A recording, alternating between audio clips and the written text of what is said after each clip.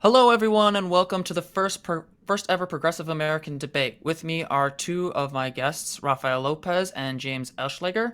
Rafael is the president of the Campus Child Advocates at UIS, and James is their treasurer.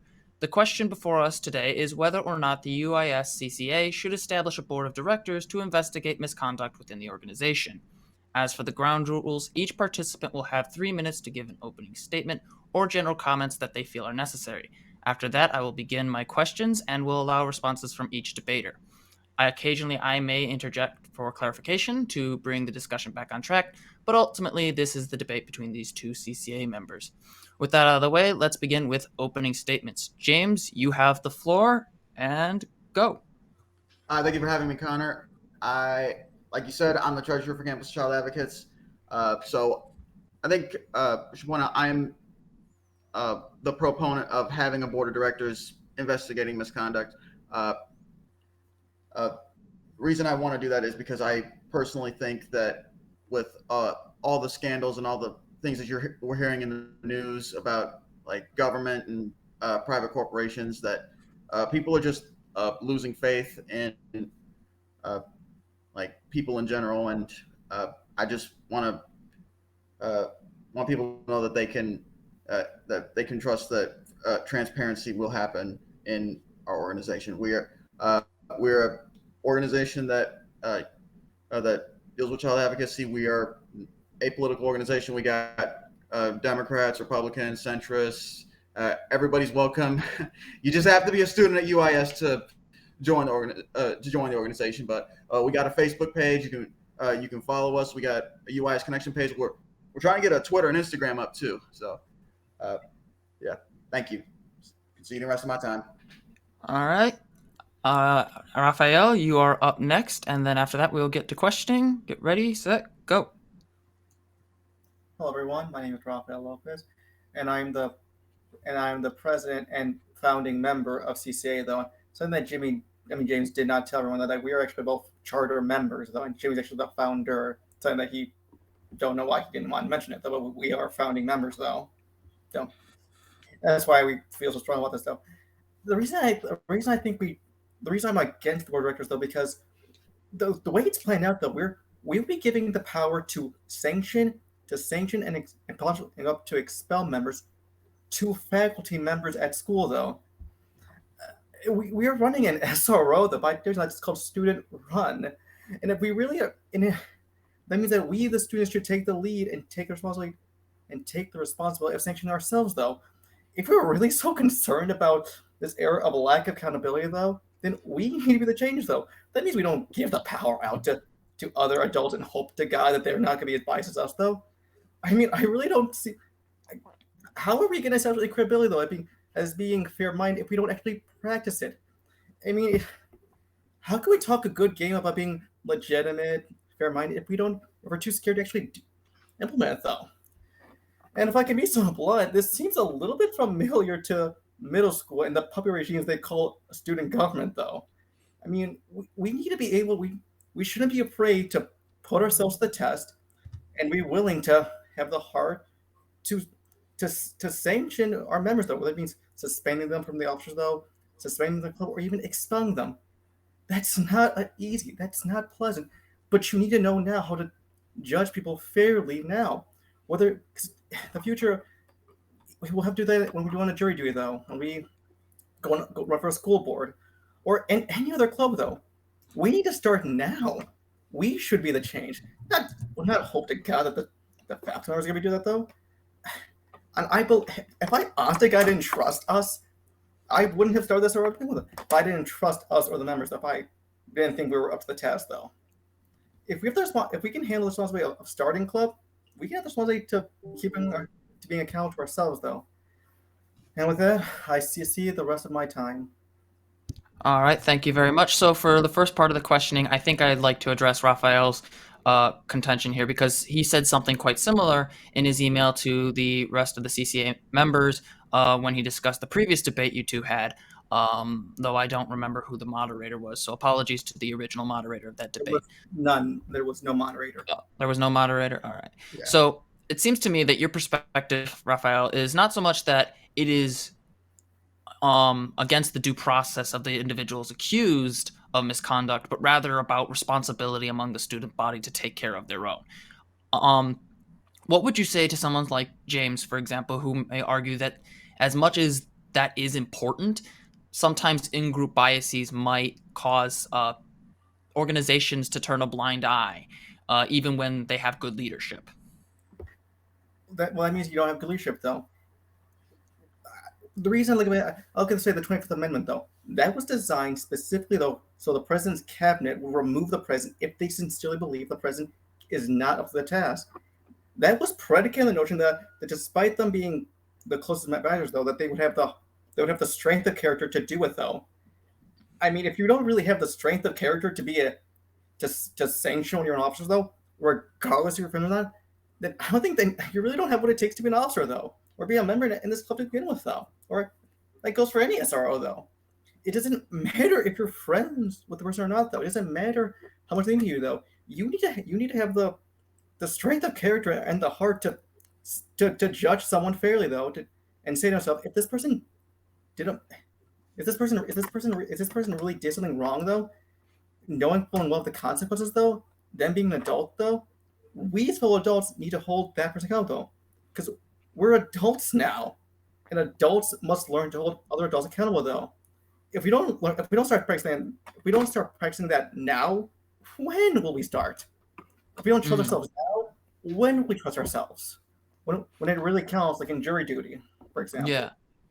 So, and I just want to clarify a little bit. This is to you a matter of ensuring that members of this organization have a full sense of duty and holding themselves to account, and is not itself about power in and of itself. It's more about the underlying implication that we, as members of a student or government organization, would be responsible for our own conduct. Yes. I don't think we can actually. I don't think CCA would have any real credibility, though, that of us being fair, legitimate, if we're too afraid to actually put ourselves to the test, though. Because almost any astute observer will say what I'm about to say right now. It's one thing to talk a good game. It's one thing to actually practice it, though. To put yourself to the test and actually seeing how you perform, though.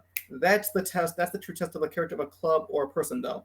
And we're not going to see that if we give it to, say, some faculty members, though, or hope to God they don't have the same biases, which they do have as we do, and hope their biases won't overcome our biases, though. We know we're all adults here. So I think, James, like you kind of addressed this a little bit in your email to the CCA when you were specifically talking about, while yes, there is an important element of holding people to account, independent institutions sometimes allow them to be outside of the in-group biases. What would you say to, say, Rafael's point that that it's not really about independent institutions by creating these boards? It's about shirking responsibility. Well, I'm not opposed to our members, like being, taking, stepping up and being responsible. Like if we're requiring them to do that, it should happen. What I am more concerned about is what happens in the possibility that doesn't work, and something like we accuse somebody of misconduct, and it turns out that we were mistaken. They didn't commit misconduct, and the club members or the public feels like whatever we ruled on a misconduct investigation that we were wrong, and that's a possibility. I mean, we did have a misconduct incident like at the very beginning of our time as a club. This I call it Zorro Gate, because one of our members basically he stormed out of the club, and he made himself look like the One Piece character Zorro, and put a sword in his mouth and put two like toy swords in his hands, and then just posted that and then took off. Like we didn't think he was we now know it was like him being like having behaving badly. At the time, we thought that he was having a mental health breakdown, because me and Rafael didn't recognize that One Piece reference at first, or something. And so, yeah, I mean, Like if he had stayed, would we have kicked him out? Probably, but at the time we were incorrect in our assumption that it was a mental health breakdown instead of just him being a complete goober. Yeah. And I'll let you respond to that, Rafael, because I think both of you since it involved both of you, I think elaborating on that, because I'm not familiar with that instant. Oh, And yeah. I think I'll let you respond to that, Rafael. Yeah, I'll tell you. I'll do my best to tell the full story though. We were having, I think, a discussion about some mundane matter, though, housekeeping though, and this person whose name I will refrain from saying though, Yeah, had please no doxing. had the gall, and thought it was and pulled a little stunt though, where he put a knife in his mouth and put two swords in it though, like a cartoon character though. He says, "I can hunt my own." I took it upon myself to investigate what he meant though, and luckily I was able to figure out this was a cartoon reference though. But I said to myself though, if this is the kind of stunt this person was gonna pull though, even if that was a joke though, that they thought this was like a stunt that this person is not CCA material though. If he's gonna make a joke about our club though, treating this as all like one big joke though, he's wanting to pull that little stunt here. Clearly he's not mature enough. He's not mature enough. He doesn't belong there though. This was wildly inappropriate and it was not funny though. If he was mature, he would know that that's wildly inappropriate. Like you don't talk about that. You wouldn't post that. It would be no if he did that in real life though, we would just say this person just doesn't belong here though. He should go find some other SRO to be. If he wants to be a clown, he can go join a circus, not CCA. And that's why it doesn't matter. We should set the bar though. We should say like this kind of behavior is wildly inappropriate. Whether it's a stupid joke or a mental breakdown, it shouldn't happen in CCA. No, it shouldn't. If we want to be taken seriously by the public. So, and it seems to me that in both cases, you both agree that this person was inappropriate and that they were dangerous in their behavior and just disrespectful to the organization overall. But I think what James is trying to point out is, and he may have been describing his perspective, not necessarily yours, Rafael, that you guys were under the impression that this was a mental health problem rather than a character problem, and that sometimes institutions can sometimes help deal with those mistaken perspectives when they're independent of the organization they're governing. I was wondering, would that be a fair representation of your view, James? Yeah, part of it. And there was another point that I probably should have made there was that, listen, like we made a mistake about something like, being something else when it was actually misconduct. Like, there's, in my mind, that leaves open the possibility that we can make another mistake again in the future, and that like if we don't get it right the first time again in the future, that we need that someone who might be independent of our organization maybe get a different perspective of it, because I mean we're an insider group. I mean there are advantages to that, but there are also disadvantages to that as well. Like we know the disadvantages, the advantages that we know our members, and we know that things going on in the club real well, and that's also it's also a disadvantage at the same time, because now you've got potential biases and whatnot, and yeah. Go ahead, Rafael. Oh, I guess to repeat the point is making the mistakes is the cost of doing business when you're running anything though, especially an institution though. That's the cost of doing business though. You do your best to have rules in place to avoid making unnecessary mistakes though, and you're able to follow them though, and you do exercise good judgment and how you want to exercise the rule. And if you make a mistake, then you acknowledge it, and then you find what the cause is, and you address it, and then you move on. That doesn't mean you lose complete faith in yourself and the institution though. That means you do better next time though. It is pretty naive to think that the board directors will not make mistakes though. They're somehow above us, different. That's when they're just other adults like ourselves, though. Their own biases though. In my plan though, the judicial committee though, which we made up of either the, and my idea was for a judicial committee though. If a rank and file member made a mistake though, us the board directors will decide how to sanction them. If it was a club officer or multiple club officers though, the remaining club officers would confer with with the faculty advisor to choose members of the club that they think will be are best suited to judge our fellow officers fairly as possible. Though the judicial committee could consult with other people, those like saying professor of law, but at the end of the day, it should be our call to make.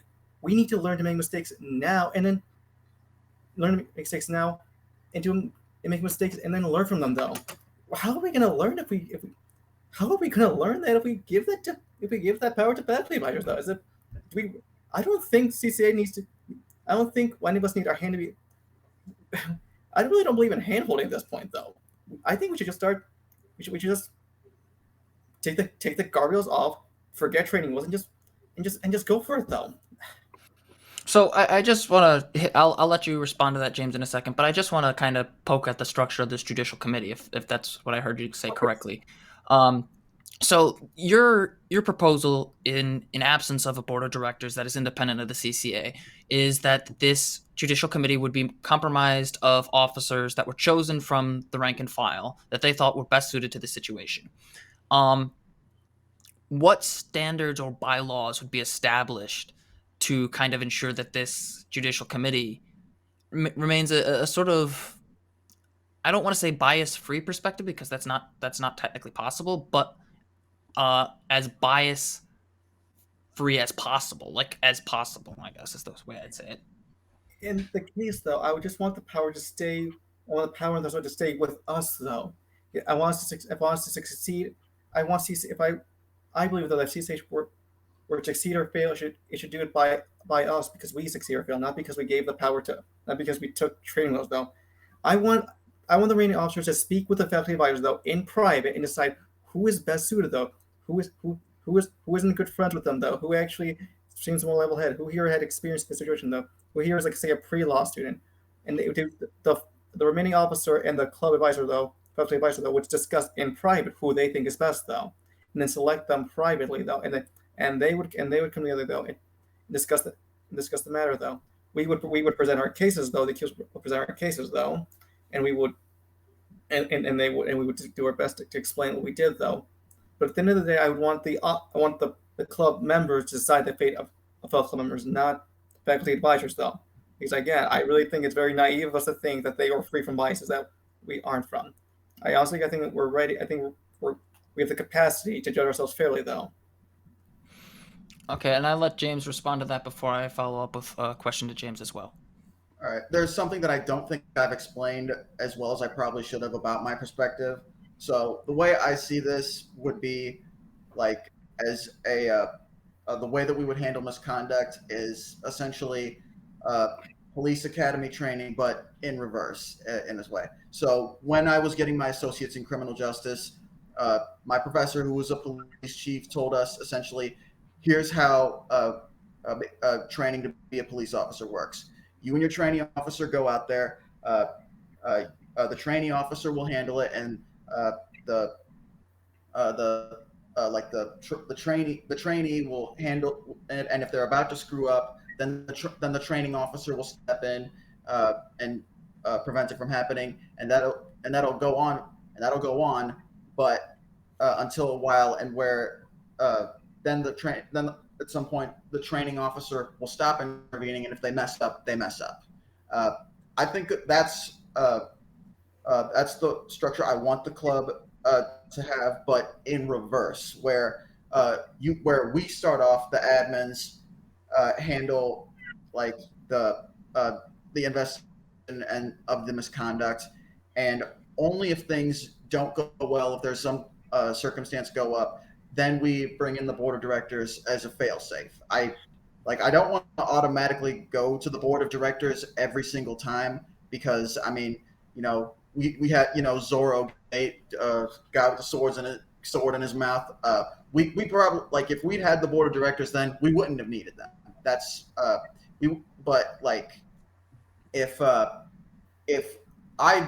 did something, if I committed misconduct, and Rafael was put in charge of investigating my misconduct, Rafael and I are friends. So, I mean, on the one hand, Rafael could absolutely, Rafael's a good man. I know that. I know that if I did something wrong, he would kick my butt out of CCA. The thing is, though, the public is going to see something very differently. They're going to when he releases the findings of the investigation, the public, that we're trying to serve, is kind of distrustful of corporations and government. They're probably going to, in their head, going to wonder, okay, what did Rafael cover? What did Rafael cover up on the way out? And that will end up hurting Rafael, and I don't think that would be fair, even though he did, in a sense, do the right thing and kick me out of the club.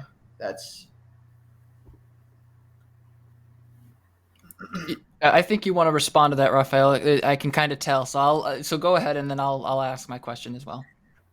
I would just say though, I would if I were to present my case to the public, saying I'll say, look, we had this incident where one of our officers committed misconduct. Though, I have the responsibility of the president with the judicial committee to decide what is the appropriate sanctions to give our treasurer. Though, I want to show people that we have the heart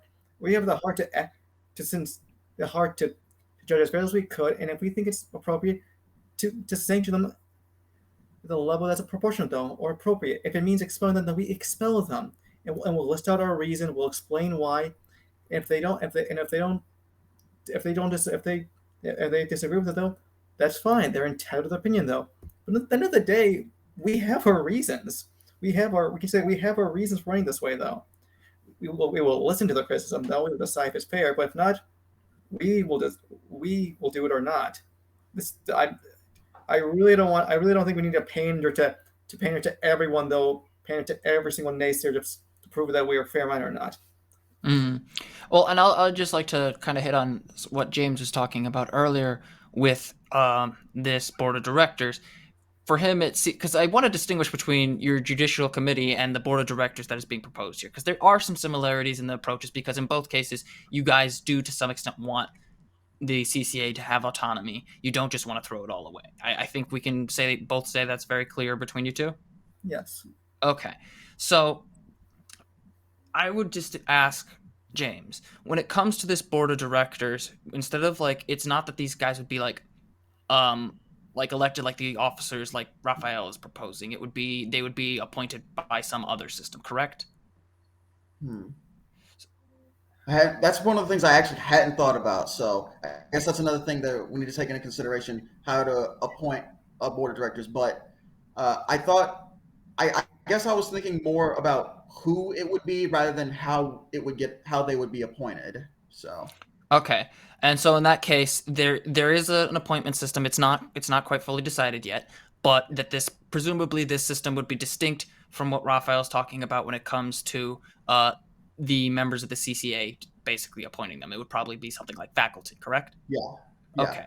So that's the distinction I think I needed to make here before I go and start asking questions. But on the other note of trust, and Rafael, I know you want to respond to that in a second. I promise you, I will let you get to that. And you will also get closing statements as well. So you can it'll be like closing statements however long you feel the need to talk. I think that there's this issue of trust here, which is earning the public's trust while also maintaining your ability to decide your own fate. I think Rafael, for example, his concern is, yes, we want the public to trust us. That's why we don't want to hand off this authority to someone else, because it looks like we're kicking the ball to somebody else rather than doing our job. But from James's perspective, it isn't that they're kicking the ball away. It's that they're being cognizant of their own judgments of limitation. In what ways do you think, and I'll leave this question open to whoever wants to answer it, in what ways do you think institutions have a responsibility to kind of balance trust with their own authority? I'd like to say, take the New York Times, though. The New York Times has won the region as being arguably the leading newspaper of the world, though.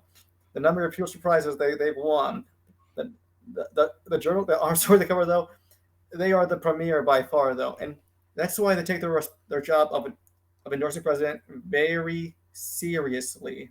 Because once they make a decision, though, they record all their interviews. They record their interviews with every single president, though, and then they show the reasoning, though, and after that they say why they chose this person or more than one person, though.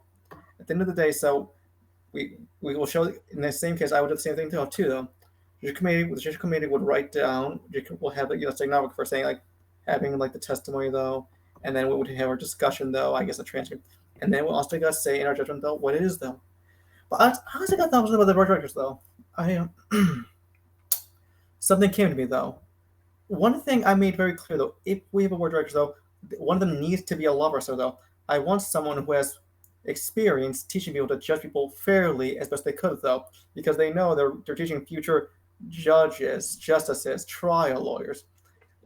Wouldn't wouldn't wouldn't that professor of law actually be glad and proud that his students are actually or their students are actually applying what they taught them though, being fair, considering the evidence, and making their best judgment?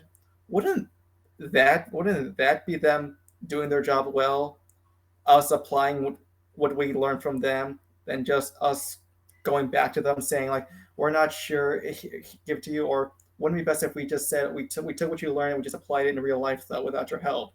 That's how you learn how to ride a bike, or you learn how to do anything on your own though. First you consult, but then it's your call. It's on you. To succeed, you succeed on your own, not because someone held your hand along the way. And I think that's fundamentally the issue of disagreement here. I think what we're seeing is two sides of trying to appeal to the public trust, but also to maintain a brand and reputation for the CCA. And I think in both cases, your question is not, are we going to fight misconduct, because that's self-evident here, but how do we do it in a way that shows, not only prepares us when people leave the CCA, but also ensures that it's done judiciously, fairly, and open-mindedly. I know, James, you're still on the appointment issue, but when it comes to uh, you know, how the students learn from their experience, members of the CCA learn from their responses in terms of misconduct among their own ranks. How would a board of director how would you justify having a board of directors when that board of directors might arguably be considered taking away power from the student body? Well, it's simple. I only want to give them power in a limited capacity. So, so the idea that they would have power to hear misconduct, that would only be if the first solution, having the admins deal with the investigating, if that solution doesn't work, it's not automatically handing off the power to a board of directors every time somebody sneezes. That's like that would be unmanageable. Uh, you know, and So, what I think I'm going to do is I'm going to let you guys give your final responses or questions to one another, and then I'm going to butt in, and then and then we'll start with your closing statements. So, if you have any questions for your opponent, I know you're on the same organization, but this is a debate, so we'll call it opponents. You may give them now. got any questions for me, Rafael? I mean, well, yes, Jimmy. Aren't you all concerned though if because we're in our senior year though, when we're trying to find new members, we're trying to discuss like how to find new members though. Jimmy, aren't you a little concerned though the message we're telling future members though, thinking that we asked you to take our place, though we asked you to inherit this, do as best you could though, but we don't trust you enough to we don't trust you enough to actually judge, to actually govern yourselves though. We give it to the teachers though. Isn't that a bit of a problem? Isn't that a little problematic though? In question saying how can we expect them to trust us to take our place, but we don't trust them enough to actually govern themselves and hold themselves accountable though? How are we going to justify it though? Two I things. One, like I said, board of directors has limited power. That's only in a few situations. Other than that, the club would still be, for the most part, governing itself. And really, I also said that I wanted the board of directors to be an advisory position. That being said, giving us advice, from people who've been in academic fields before. Uh, that would be discretionary, not mandatory. The advisory part. Two, I'm not asking them to. I'm not trying to tell them that we don't trust them. I'm saying I think we should apply this board of directors on ourselves and say, look, this is the standard that we want to hold ourselves to, and this is the standard we think everybody should be held to. That's my rationale for this. Wait, hold on. Which Would is they would they have the power of consultancy or actually sanctioning though? Which is it? The power of consultancy or sanctioning? Because one of them actually we just consider that we just consider listening to them. The other one gets power to kick people out though. Which one is it? Because it's a big difference though. all right. Technically, they would have the power to sanction in a limited capacity. It's not automatic. They would only. My idea would be that they'd only. Again, we would only turn to them in instances of misconduct under special circumstances, like the public demanding that we relook at the investigation, or our members demanding that we redo the investigation, or if God forbid an admin actually like me were to do something bad. Like if an admin does something bad, then I think automatically it should go to the board of directors. But that's just my opinion. That's like if a board of directors does get voted to get disciplinary power, it's still debatable on how we can still debate obviously about how they use it. But why can't we just have our own appeal process though, where we have like an appeals though? Like let's say in the event that we there was a misconduct and we sanctioned them, though, and that they were innocent though. Couldn't that still be done with an appeal process though, where we put in our constitution though, there's a way to appeal a case though if you have proof that you're innocent though, and then we can overturn it though. That's most institutions like have that in some form though. Well, that's the thing. I don't remember which court case this was, but I have heard something similar like this. It's the Supreme Court case that set up the good faith exception, where the judge gave police a faulty warrant, and so the police executed that warrant, and then the defense attorney brought it before the judge, who was he was appealing that warrant before the exact same judge, and so naturally the judge said, when the defense attorney said this search warrant is invalid, the judge unsurprisingly said, no, it's valid. And so yeah, it was kind of that same concept of appealing to the same person who made it happen. And yeah, I mean, if we unless there is another process similar to the board of directors, then I personally do not see how coming up with our own appeals process would be much different. But feel free to tell me the difference. Simple. Just have a different. Just make sure the appeal. In the event appeals though, we'll have a new judicial committee though, made up of new members though, or at least a majority new members though, where it's not the same. So it's not the same as the one before though, and they have power to override any original members though. It's very simple. It's very simple though. I just don't think. I think it's a little bit. It just kind of seems a little bit like naive to think that the faculty don't have biases themselves though. That they're not free of making mistakes though. It seems a little naive to think. So if I may ask, how is your idea different from installing a board of directors? My idea is that we take the responsibility now and show ourselves now though that we don't embrace this fear of making mistakes though, that we don't hold ourselves back from actually becoming the leaders we want to be though, that we show that we're ready to sanction them, to let's be fair though, to be fair, listen to the facts though, and then make the word though. If we make a mistake, then we acknowledge it, and then we do our best to make sure it doesn't happen again though. We're not going to learn that if we give the power to others though. How are we going to learn though? When are we going to say? When are we going to say like we don't need to train with more? We do it on our own though. I was specifically talking. Oh, sorry, you were saying. I think it was specifically saying. I want to just butt in here real quick. I think what James is asking you is how is it structurally that a board of directors is distinct from your judicial committee, that would not create the same outcome. Like how would we not also have like issues of power dynamics in your judicial committee? I would want, in either case though, I would want the officers, in the event say multiple officers were implicated in a scandal though, I would want the remaining officers though, or if the remaining officers to speak about it, and want them to say we need to find people who are the most objective or have the least amount of connection to the officers though. I mean, let's decide who here is friends though, who here has what it takes though, or who here has their perspective though. Anything that we're learning though, and after that, I would want us to have some kind of institutional memory though, where we have cases before us and how we solved it though, like other institutions have there's like institutional memory that we would decide like this how it happened before though, the case different then. I just want us to succeed or fail by our own accord though. It's different because it's different if we succeed or with the help of other adults though when we ourselves are adults anymore. We're not Mm. we're not little kids anymore. We need to have the nerve and the heart to be able to be not afraid to make mistakes. So we need to do it start now though. Not if not now then when? We're already adults. All right. Are there any other questions between you guys, or would you like to move on to closing statements? I do have one response, but I'm not sure if you want to.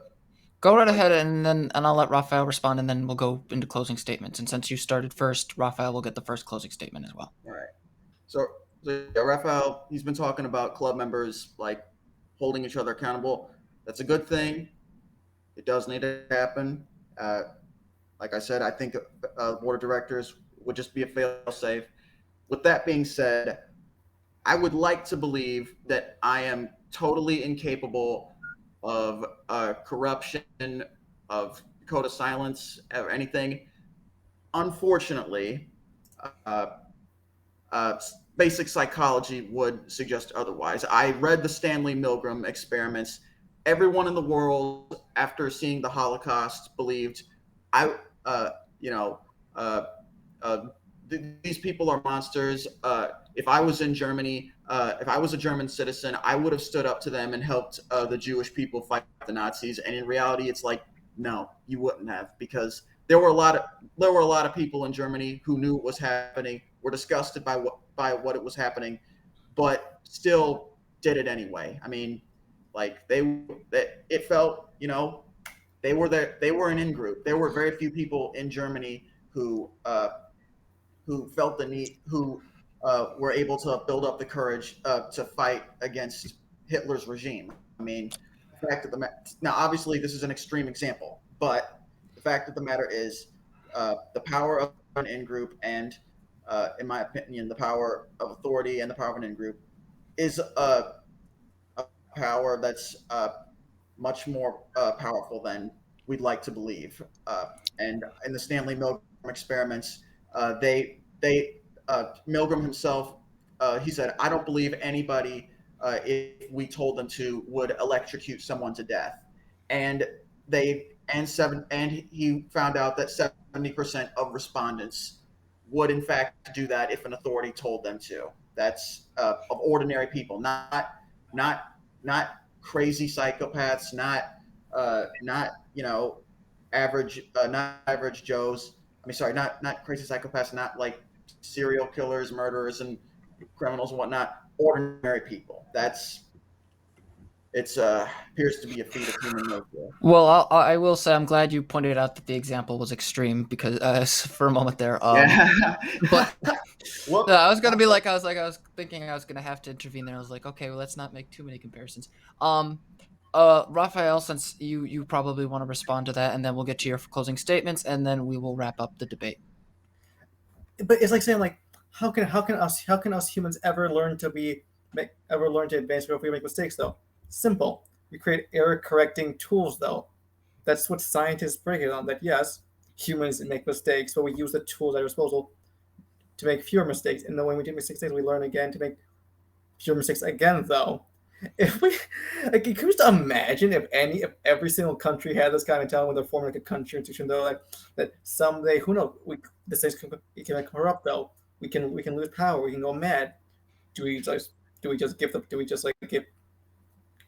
we abdicate responsibility though? Like no, we'll just do our best as many safeguards as we can though. But then we have to give our faith to the next one take our place though. If we automatically assume that we won't have the strength of character to stop it though, I'm gonna say what's the point though? Because even then though, if we also got like change is impossible, that humans cannot make mistakes though. Humans cannot learn from mistakes and make them again though. how can any institution ever start that fear though? They need to be willing. They need to be willing to accept that yes, it is possible though. We'll do everything I can to avoid it though. All right. And would you like to add anything else as your part of your final statement, or would you like me to go to James real quick? I guess one other thing though, if this cohort of CCA members or the next, what if we had the board workers? I want to know one very thing though. Let's get realistic though. We are all adults here now. We know that people can make mistakes though. We know that accidents can happen. We can make mistakes though, but we need to be willing to not afraid of it though. To not be afraid to make mistakes though. To not think that we're not up to the task though. I know we're up to the task. That means we need to do the best thing we can in spite of the fear though. If we don't think people can make the best judgment though, then why do we have judges though? Why do we have jury selection though? Why do we have any criminal justice proceeding if we don't think that humans, for the most part, in the long term, all things are capable of making the best judgment possible for their peers though? If we sincerely don't believe that, then what's the point of saying the justice in the law if we don't think humans are like these perfect impartial creatures though? What was the point if we don't? We need to. We just need. I know there's a risk though. It's not lost. I mean, there's a risk though. But even then though, that's why we created the UN though. That's why we created the International Court of Crimes. That's why we created, we'll say, NATO. They're not perfect, but they've done a pretty good job preventing atrocity though. Are they perfect? No, they're not. But it would be a lot better than what was on World War One though, where it was a where we have to say that we have to document this though and do our best to say like this could happen though. All right. Thank you very much, Rafael. James, you're up for your final statements, and then I'll close us out. All right. So my stance on this issue is that I believe that we can give people the benefit of the doubt. I believe that that we can, like, as administrators and as club members, fight corruption and misconduct, and that we can be ready for when it would happen. At the same time, I'm also